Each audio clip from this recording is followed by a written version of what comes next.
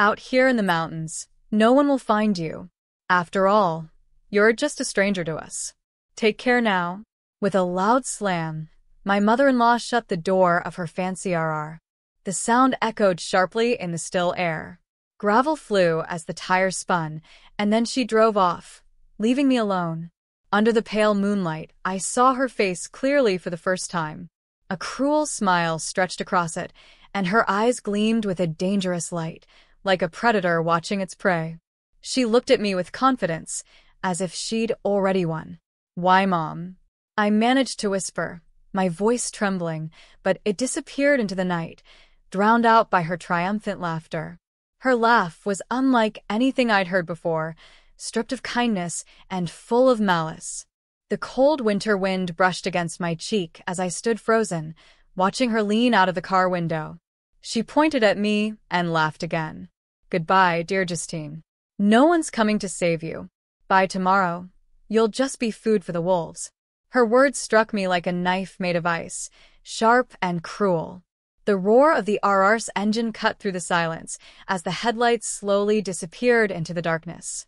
I stood there, stunned, unable to believe what had just happened. I reached for my phone, but the screen stayed dark. That's when I remembered she had borrowed my charger earlier, claiming she wanted to take pictures. It all made sense now. She had planned this from the start, using the excuse of showing me a beautiful stargazing spot and driving us 100 miles out here. Everything clicked in my mind, but it was too late. Maybe if I'd tried harder to understand her, or taken things more seriously with my husband, they would have accepted me into the family. Maybe things wouldn't have come to this. The distant cries of animals pierced the silence, making me shiver. I hugged myself tightly against the biting cold, feeling as though unseen eyes were watching me from the shadows between the trees. Fear spread through me, and my whole body began to tremble. Then I heard it, the sound of footsteps crunching through the dry leaves, getting closer. My heart pounded wildly as I took shaky steps, unsure if I should run or stay. I started to step back, unsure where to go in the pitch-black darkness. I didn't know which direction was safe. Suddenly, I heard heavy footsteps behind me. "My name is Justine Musk. I'm 27 years old and have been married to my husband, Olivier, for 3 years. Olivier has always been kind to me. He's helped me so many times with his gentle support, whether I was feeling unwell or stressed from work. On late nights, he'd even cook dinner for me. Marrying him felt like the best decision I'd ever made. I did everything I could to support him, just as he supported me. I come from a well-off family. My parents' success gave me a comfortable childhood, full of opportunities like lessons and travel. But they never pressured me to follow a certain path. They let me grow up freely, and I'm grateful for that. My friends often admire my independence and strength. Though I appreciate my parents' support, I've always taken pride in my own efforts. I know money can't solve everything, and it's how you use it that really matters. Maybe that's why I didn't want to be seen as someone who relied on family wealth. I kept my family's financial status a secret from Olivier because I wanted to build my life based on my own work. Both Olivier and I loved our jobs in the bridal industry. I had a wonderful boss, kind colleagues, and juniors who looked up to me. My work brought me so much joy, and I was surrounded by amazing people. I felt genuinely happy. One day, though, Olivier decided to quit his well-paying job to start his own business. At first, I thought it was a pity since he had worked so hard to get that job, but I understood his desire to build his own future. Even though I felt worried, I trusted him and chose to support him. His determination reminded me of my own drive. I promised myself that I would stand by him, no matter what challenges came with his business. But then, I found out something that shattered me. Olivier had been involved with another woman from his university days. Not only that, but he had racked up $70,000 in debt from expensive trips with her. At that moment, my world started to crumble. I couldn't believe how blind I had been. When I learned the truth, it crushed me. I cried for days, horrified by my own ignorance. Despite the debt Olivier had, he went ahead and started a business, with that woman by his side. Starting a business is expensive, and I supported him without knowing the full story. Once, I asked him how he planned to handle the finances and wondered how he was affording everything. He told me his family was helping him. That surprised me because I'd never thought about relying on family for financial support. Olivier's mother, Kate, adored him and openly favored him. Even though he was an adult, she still treated him like a child and justified everything she did as being for her son. She even accused me of being after Olivier's income, despite my own successful career. Sure, Olivier had a good job, but I wasn't planning to quit mine and depend on his earnings. I had made that very clear to her. I continued working and contributing to our household, just as I had before we got married. We both agreed to manage our expenses individually and save when necessary. I tried explaining this to Kate, but she refused to believe me. She acted like I was some kind of enemy, as if I'd stolen her son away from her. It was exhausting, but I tried to be patient, knowing that conflicts with in-laws aren't unusual. Thankfully, we didn't live together, so I only had to deal with her occasional messages or surprise visits. But Kate wasn't the only problem.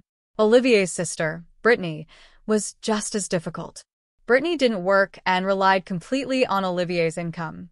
He even sent her a monthly allowance. At first, I didn't think much of it. I thought it was just his way of being generous. Brittany once told me she quit her job because her boss asked her to be more professional. She complained, why should someone act superior just because they were born earlier?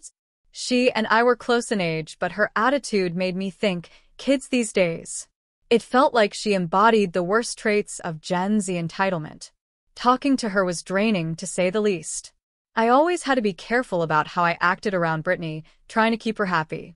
Even with all my frustrations with Olivier's family, I was happy with him. I truly hoped our peaceful life would last forever. For a while, after Olivier's business took off, everything seemed stable. That reassured me. I believed he treated his employees well, which brought me some comfort. But soon, Kate and Brittany started visiting more often, usually without warning. They would go through my belongings, using my branded items and posting photos online, as if they owned them. I politely asked them to stop, but they brushed me off. We're family, so anything in Olivier's house is ours to use, they'd say. The worst part? Most of the items they used were things I'd bought with my own money. Still, I stayed quiet for Olivier's sake, even though it was slowly wearing me down. Coming home became stressful. I'd dread finding them rummaging through my things. I loved high-quality branded items, not for their logos, but for their design and durability. To me, they represented my financial independence, something my mother always encouraged. Invest in quality, and it will last, she used to say. But seeing Kate and Brittany mishandle my cherished belongings was heartbreaking. They didn't care about the items, they only used them to show off online. Every night, I found myself carefully cleaning my bags and accessories after they'd finished with them. I tried convincing myself that maybe I was being too sensitive, that my feelings were the problem. But one day, Kate crossed a line. She took one of my favorite bags without asking, a simple brown purse, beautifully made and easy to carry, and managed to ruin it. I couldn't understand how she'd broken something so well-crafted. I thought she'd feel sorry, but instead, she refused to apologize. It was bought with Olivier's money, so I don't owe you anything, she said coldly. I felt crushed. Even though I earned a good income, I couldn't afford to keep replacing expensive items. I reminded her that the bag wasn't bought with Olivier's money. It was mine. But my words fell on deaf ears. I had bought the bag long before I got married. It was my first big purchase, something I'd dreamed of owning for years. But Kate scoffed at me. Yeah, right. Girls like, you don't have money for things like that. Stop pretending. She'd already labeled me as a gold digger, someone who spent Olivier's money on luxuries. Talking to her felt hopeless. She wasn't even trying to understand me. To her, I was the enemy. When I tried to talk to Olivier about it, he barely paid attention. Just hold on a little longer. Mom's going through a tough time, he said. His words hurt. I felt ignored, even by the person I relied on the most. I had always seen myself as strong and independent, but feeling so alone was overwhelming. Around this time, Olivier's business started struggling. He couldn't even afford to keep up with Kate and Brittany's lifestyle anymore. Finally, he told them he could no longer support them financially. Both Kate and Brittany, who had relied entirely on him, panicked. I thought this might push them to get jobs, but they had no interest in working. Take some of the money Justine's been getting from Olivier and give it to us. Family should come first, Kate said. I tried explaining again that I shared household expenses with Olivier and used my own income for everything else. But they refused to believe me and insisted I was living off Olivier's money. Their frustration only grew, and they started visiting less often. For a moment, I thought they might actually consider finding jobs. I was wrong. They weren't planning to work. They were plotting something else. They had decided that if I were out of the picture, they could take full control of Olivier's finances. With his business nearing bankruptcy, they were desperate to maintain their luxurious lifestyle. Even though they hardly worked, they felt entitled to the comforts they had always enjoyed. Eventually, they discovered that my family was wealthy. Now, their focus shifted. They wanted access to my money too. Kate's resentment toward me grew stronger with each passing day. It seemed like she had convinced herself that if I weren't around, she and Brittany could have everything they wanted. Kate convinced herself that if I disappeared, she and Brittany would inherit everything. She even imagined a fortune worth hundreds of millions, though that was far from the truth. I hadn't even written a will, and if I had, my family, not them, would be the beneficiaries. It was terrifying how Kate's obsession with money twisted her mind. She began plotting to get rid of me, all to secure her own comfort and lifestyle. Kate knew I loved photography, especially capturing the night skies. She researched remote locations with little human presence and picked a spot where no one would find me. Her plan was horrifying. Take me there and leave me to face whatever dangers the wilderness had in store. Out here, no one will ever find you, she must have thought. It's bear season. It'll look like an accident. She even discussed her plan with Brittany, who agreed without hesitation. I'll drive for you, Mom.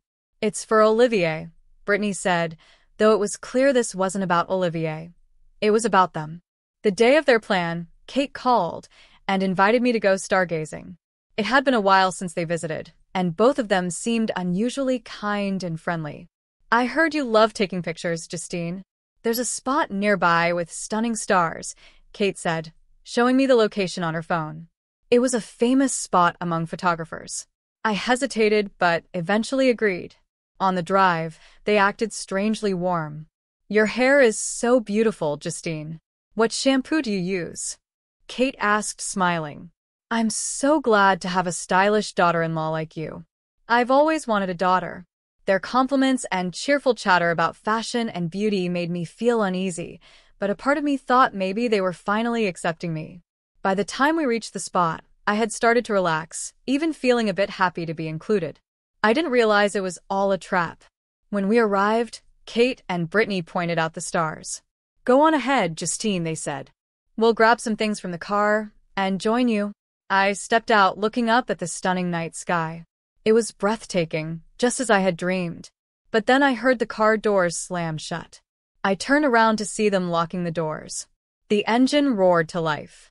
We'll be taking the house and the car, Kate shouted, grinning. Watch out for bears, honey. Before I could react, they sped off, leaving me alone in the wilderness. I stood frozen in shock as the RR sped away, leaving me alone in the cold, empty mountains. The only light came from the stars above. Realizing they had truly abandoned me, fear washed over me, but I took a deep breath and steadied myself. I was determined to survive. I had my own backup plan. Meanwhile, Kate and Brittany were celebrating. Confident they had succeeded, they decided to treat themselves. Let's have dinner at a fancy restaurant, Kate said, thrilled by their victory. But their joy didn't last long. When they arrived home, they were met with a shocking sight. Several police cars parked in the driveway. I was standing there, calm and composed, next to my father and a group of officers. What? How are you here? Kate stammered, her face pale. I met their disbelief with a quiet smile, one that held all the pain they had caused me. Brittany tried to sneak away, but the officers stopped her. Unknown to them, I had shared my GPS location with my father, a precaution he had insisted on since I was young. Coming from a wealthy family, we knew the risks of being targeted, and my father had prepared for everything. The moment I pressed the emergency button on my phone, he was alerted. Thanks to a private jet that could land in the clear, open area where they had left me, I was rescued within minutes, unharmed. My father took me to a family retreat to recover, and the next day, I gave the police everything they needed. During the car ride, I had secretly recorded our entire conversation, following my father's advice to always record anything suspicious. When I played back Kate's voice saying, "We'll be taking the house and car. Watch out for bears," it was crystal clear and damning evidence. The police arrested both Kate and Brittany on the spot, charging them with attempted murder and fraud. Brittany collapsed in shock, while Kate fainted. Their disgraceful behavior didn't go unnoticed. News cameras captured everything, and the story quickly spread. What they had hoped would be their victory turned into a public scandal, and their lives would never be the same. "I only did it because Mom told me to." Brittany sobbed uncontrollably, breaking down as she blamed Kate for everything. Meanwhile, another truth came to light. Olivier had been with his mistress the entire time. He even testified against his family to save himself. Finding out about Olivier's mistress was another blow, but by then, it felt like just another betrayal in a sea of lies. The media latched onto the story, portraying Kate as the mother-in-law who plotted to steal millions. Headlines mocked their downfall, and the stories spread like wildfire across national news. My parents, both well-known professionals, were dragged into the spotlight because of the attention. On social media, rumors about Kate and Brittany using my personal belongings ran rampant. Olivier, who had once prided himself on his reputation, couldn't even step outside without facing shame. To make things worse for them, someone leaked Kate and Brittany's phone numbers, and they were flooded with calls. For a moment, I almost pitied them, but mostly I felt relief. The next day, their bank accounts were frozen, and everything they owned was seized. Without Olivier's financial support, they couldn't afford anything. News of Olivier's mistress spread online, and his reputation was completely destroyed. He had betrayed me, and now he had lost everything, including his dignity. I later learned that Olivier had been living with his mistress from the very beginning. The kindness he once showed me felt like a cruel lie. Why had he married me if he never truly loved me? My heart ached from the pain and betrayal, but I promised myself I would move on. Kate and Brittany were evicted from their luxury apartment and forced into public housing. It didn't take long for their new address to be leaked online. Kate's mental state deteriorated quickly. She wandered around muttering that her life was over. Brittany, on the other hand, was shunned by her family. Both faced the full consequences of their greed and selfishness. Brittany tried to take on part-time jobs, but struggled because she lacked both skills and work ethic. One day, she messaged me, "Justine, please help me get a job like yours. Working at weddings and wearing nice clothes sounds like something I could do." I ignored her message. The bridal industry wasn't something to take lightly, and they had brought this ruin upon themselves. Kate eventually moved into a rundown apartment that was falling apart, surrounded by graffiti and decay. I was finally free from their toxic influence, ready to rebuild my life without them. Their greed had destroyed them, and I was determined to create a better future for myself. I left the house I shared with Olivier without looking back. I didn't even bother taking my belongings. Everything felt tainted by their careless hands. Returning to my parents' home, I felt safer, though the emotional scars stayed with me. One day, Olivier called me out of the blue. Seeing his name on my phone screen made my stomach turn. A wave of dread washed over me. "Justine, I'm so sorry. I've cut ties with my mom. Please, let's try again," he pleaded. I listened, but his voice grated on me. His grand promises meant nothing now. I couldn't forget how easily he had betrayed me. "I'll protect you forever," he added. But his words felt empty, hollow. I didn't need his protection. I could stand on my own. "Maybe your mistress could use your protection instead," I replied coldly, my voice steady. For a moment, memories of the good times we shared crossed my mind, but I quickly pushed them away. How had I been so blind? That night, I sobbed, letting out all the pain and anger I had been holding inside for so long. Meanwhile, Kate sat alone in her rundown apartment, consumed by bitterness. She refused to accept what had happened and decided to fight back in her own twisted way. Desperate, she hired a private investigator to dig up anything she could use against me. "I don't belong here," she muttered angrily. "This is all a terrible mistake. Detective, find something, anything."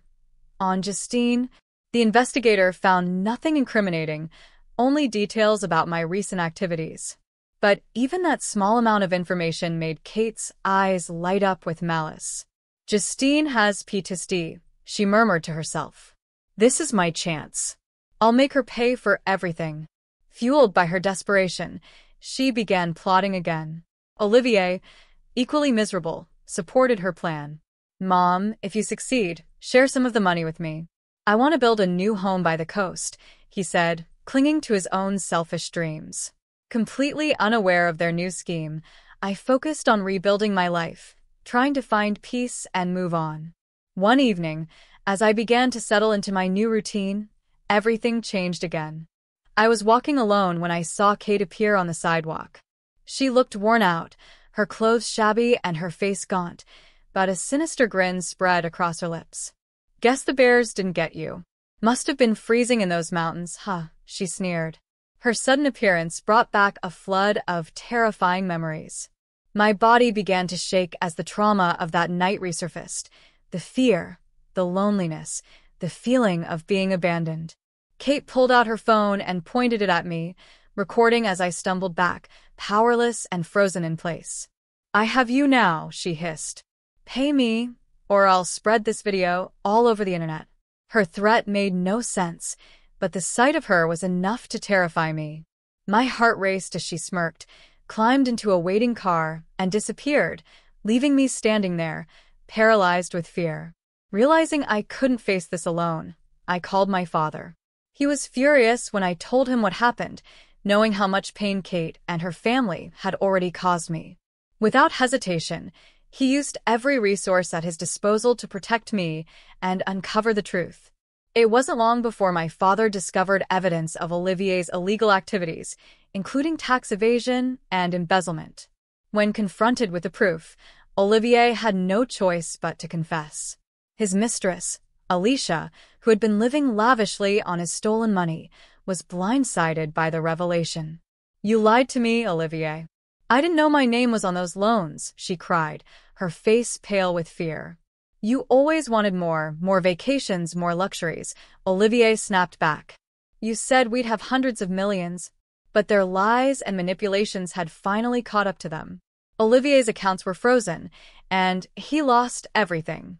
Alicia, desperate to clear her name, pleaded with the media. "I didn't know. I thought he was honest." "I'm a victim too," she insisted. The tabloids ran wild with the story, painting her as both a helpless mistress and a scheming accomplice, depending on the headline. Olivier's world crumbled completely. Even Kate, who had played a massive role in the chaos, turned her back on him. "You're no son of mine. Not after all the shame you've brought on us," she spat, abandoning him the moment he became useless to her. With no one left to support him, Olivier was utterly alone. The family that had exploited and betrayed others for their own gain was now in ruins. Each of them was paying the price for their greed and selfishness. Desperate, Olivier and Kate decided to make one final move. They planned to escape by taking a flight and disappearing entirely. But my father, always vigilant, anticipated their plan. When they arrived at the airport, security was waiting for them. Their attempt to flee was intercepted, and they had nowhere left to run. Their downfall was complete, and justice had finally caught up to them. "I did it all for my son's happiness." Kate's desperate voice echoed through the airport terminal as she screamed, half out of her mind. Even in her breakdown, she was quick to throw Olivier under the bus. Watching their meltdown felt unreal. It was like seeing the full extent of their selfishness on display for the world to witness. Olivier stood there, visibly shaken, muttering about the life he'd lost. "I was supposed to have a new life with Alicia," he said, his voice trembling. Hearing those words stung deeply. He had completely disregarded me, the woman who had once loved him and promised to share a life with him. I had given him everything, only to be discarded like I didn't matter.